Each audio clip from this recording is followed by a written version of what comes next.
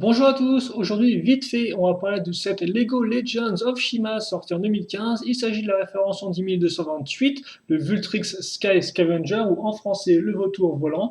Ça coûte 39,9 euros et ça contient 480 pièces et c'est un modèle édition spéciale. Donc on va voir ça ensemble. En tout, trois figurines. On aura Frax, donc Frax qui, en 2014, vague 2, donc la première, entre guillemets, vague du combat des feux contre la glace, était apparu uniquement des modèles promotionnels, donc en clair, pas vraiment facile de choper, le petit Frax, et donc qui nous revient pour la première fois en boîte de jeu. Comme ceci. Voilà. Donc voilà à quoi ressemble le Frax. Par contre, petite différence avec sa version 2014 Vague 2, le fait que maintenant ses pantalons, enfin son pantalon soit non plus orange mais rouge foncé comme on peut le remarquer. Et pour le reste, armure 1.0, les ailes orange de Phoenix, un petit cristal de chi. Voilà. Et surtout, ce qui nous intéressait, c'est son arme, comme on peut voir, qui est assez massive et qui, comme vous pouvez remarquer, eh bien, utilise une sorte de barre de feu pour faire comme une sorte d'effet de missile qui est en train d'être lancé. Donc, grosso modo, voilà, une sorte de, on a la petite flamme qui suit le missile, le mouvement du missile qui est en train d'être tiré, ce qui rend plutôt bien, je trouve, avec en plus les petites flamèches sur les côtés du lance-missile, justement.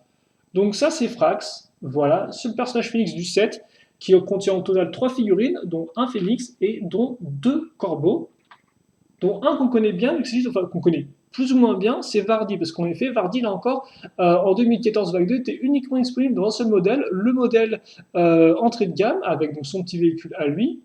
Donc là encore, il nous revient avec son armure 2.0, ses petites ailes de vautour. Voilà, et donc là encore, tout comme notre ami Frax, eh bien, il a arrêté d'une arme comme assez massive, donc avec deux gros canons au bout, et là, l'espèce de petite pièce à grip qui sert un peu comme de viseur. Donc ça rend plutôt bien, je vais vous avouer, même s'il a encore arme assez massive, hein, au niveau de la taille, vous pouvez vous en rendre compte, je suppose. Enfin, nouvelle figurine pour ce modèle-là, et donc aussi qui est exclusif à ce modèle-là, il s'agit de Vultrix, justement. Donc Vultrix, qui est aussi la première femme vautour, alors avec cette tenue un peu de pilote, comme vous pouvez le voir, jambes droites transparentes, arme un peu plus classique que Frax et Vardy. Donc,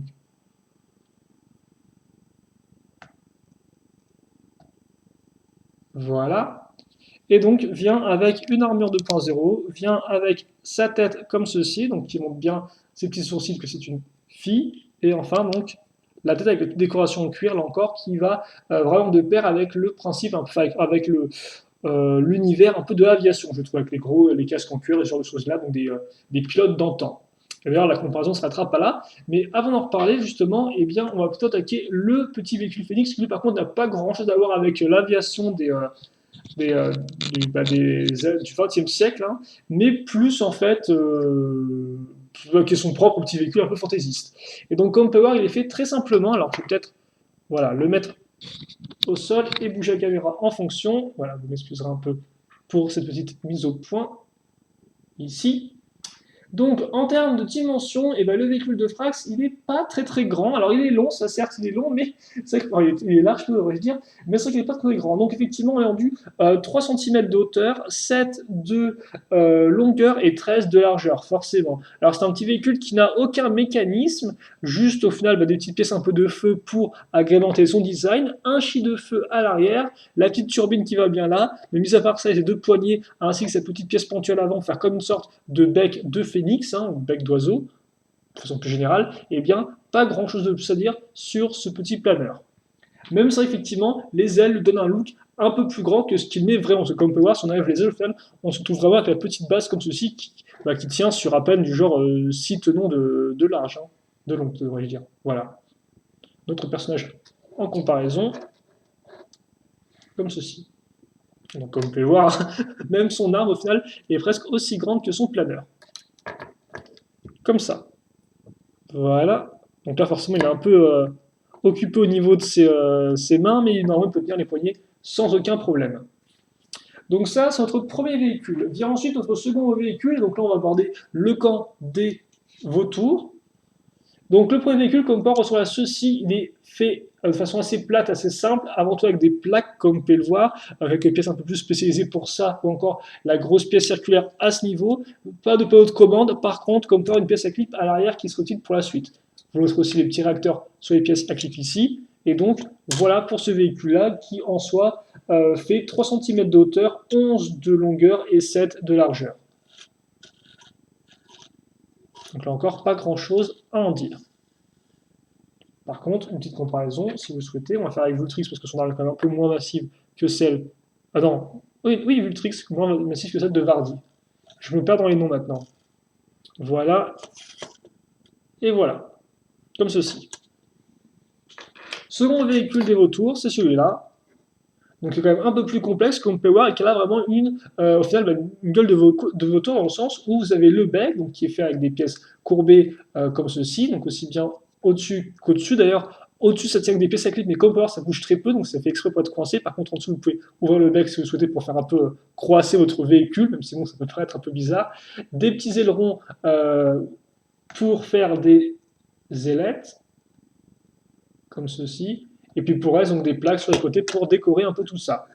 Comme on peut le remarquer, ces pièces-là, bien sûr, peuvent se soulever pour mettre votre personnage à l'intérieur. Hein. Sachant qu'effectivement, sur le véhicule précédent, il fallait mettre le personnage sur la plaque tournante et puis c'était à peu près tout. Hein. Vous noterez les pièces d'accroche à l'arrière ici. Et donc en termes de dimension, on est dans du 5 cm de hauteur, 12 de longueur et 5 de largeur. Voilà, je pense que ça fait à peu près... Vous savez à peu près tout maintenant sur ce petit véhicule-là. Voilà, donc comme parle, il est quand même un peu plus massif, hein, un peu plus haut aussi. Il fait vraiment petite roquette, je trouve, au niveau de son style, comme ça, avec juste les petites ailettes au bout, ça fait vraiment. Ça a ce côté un peu roquette, je trouve, voilà. Puis, vient ensuite donc cette partie-là, qui est ce que Lego appelle l'avant-poste vautour, donc qui est un peu haut, comme vous pouvez le voir, un peu particulier. Ça, bien sûr, il y a des petits éléments cachés, mais on en reparlera juste après. On va avant tout faire les dimensions. Alors, en termes de dimensions, on est dans du... Est-ce que je vais arriver à faire un focus comme ceci? En termes de dimension, on est dans du 16 cm de hauteur, 27 de largeur et alors 3 de profondeur. Je ne sais pas trop comment ils sont arrivés aux 3 de profondeur, mais c'est pas trop important. Par contre, on aura bien les bonnes dimensions. Ouais, donc c'est bizarre ça, tient. 3 de profondeur. Je ne sais pas trop ce qu'ils entendent par 3 de profondeur, hein. Sachant que bien sûr, les dimensions, moi je les prends directement sur la boutique de Lego. Donc comme vous pouvez le voir, un design qui est assez intéressant, avec par exemple cette partie-là avec les deux pièces qui vont s'emboîter. Là, on a une construction qui est assez peu orthodoxe dans le sens où, eh bien, on ne construira pas du haut vers le bas. En fait, on va plutôt clipser, entre guillemets, ou plutôt on va faire coulisser une pièce dans l'autre afin de la mettre en place, puis ensuite donc maintenir avec une plaque en dessous. Et donc ça fait qu'au final, on a ce résultat-là, cette espèce de jolie forme avec les deux réacteurs ici. Vous noterez les pièces d'accroche là, et vous noterez aussi le reste, donc fait avec des grosses pièces pentues qui rendent d'ailleurs plutôt bien, puis un petit moteur au-dessus, sans bien sûr oublier la pièce de chie. Si on retourne, eh bien, on se rend compte qu'on a des petits réacteurs, mais surtout des pièces un peu roudantées, et là, des vrais roudantés avec un mécanisme. Qu'est-ce qui se passe si je bouge? Eh bien, je fais baisser les ailes. Alors, par contre, il faut peut-être que je tourne ça bien dans le bon sens. Donc, comme vous pouvez voir, je baisse progressivement les ailes. Voilà. Parce qu'effectivement, je dis avant-poste, mais en fait, ça, ce sont des ailes pour un véhicule qui est un peu plus gros, auquel on n'aurait pas encore compris. Et donc, les ailes, comme power assez simple dans le style, hein, donc qui partent un peu en avant avec au bout, eh bien, un lanceur. Ou des lanceurs, vu qu'il y en a un par aile, donc ça fait 2 lanceurs au total. Voilà comment ça marche. Là, je fais bien sûr très lentement, mais vous pouvez lancer la bille bien plus rapidement. Et donc tout de suite, on est beaucoup plus large hein, en termes de taille. Et donc une fois qu'on a ça, on peut passer au mécanisme final du véhicule, qui est effectivement l'assemblage. Parce que je fais croire un peu depuis le début que c'est 3 éléments distincts. Donc oui, ça peut être 3 éléments distincts, mais c'est avant tout le véhicule de Vultrix. Quand on clipse cette partie-là à l'avant, et quand on clipse celle-ci à l'arrière ici, je vais arriver, eh bien, on obtient notre véhicule vautour qui est terminé. Notre véhicule, notre vautour volant, voilà, entièrement donc, qui est complet.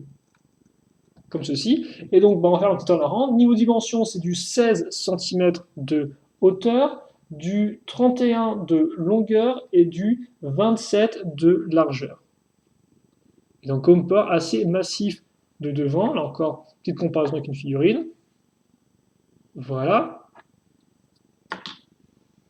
Et donc bah, après, niveau mécanisme, vous les avez tous vus au final, hein, c'est les mécanismes pris séparément des trois modèles. Le seul qui prenne vraiment, entre guillemets, tout son effet, c'est entre guillemets, le mécanisme à l'arrière, ou plutôt la plaque tournante qu'on avait là. Parce qu'effectivement, la plaque tournante, bah, elle est faite pour quoi? Elle est faite pour accueillir notre ami Vultrix, notre ami Vardy, vous prie m'excuser, avec son double canon, donc avec son petit viseur au bout, et donc de se servir de Vardy comme d'une tourelle en fait anti-aérienne montée sur un avion. Bah forcément, tout de suite, on comprend un peu mieux le sens au final de ce double canon avec le petit viseur aussi, donc qui faisait très, comme je disais, un peu aviation de la première moitié du XXe siècle. Pendant la Seconde Guerre mondiale, par exemple, avec ce style-là, quoi. Voilà.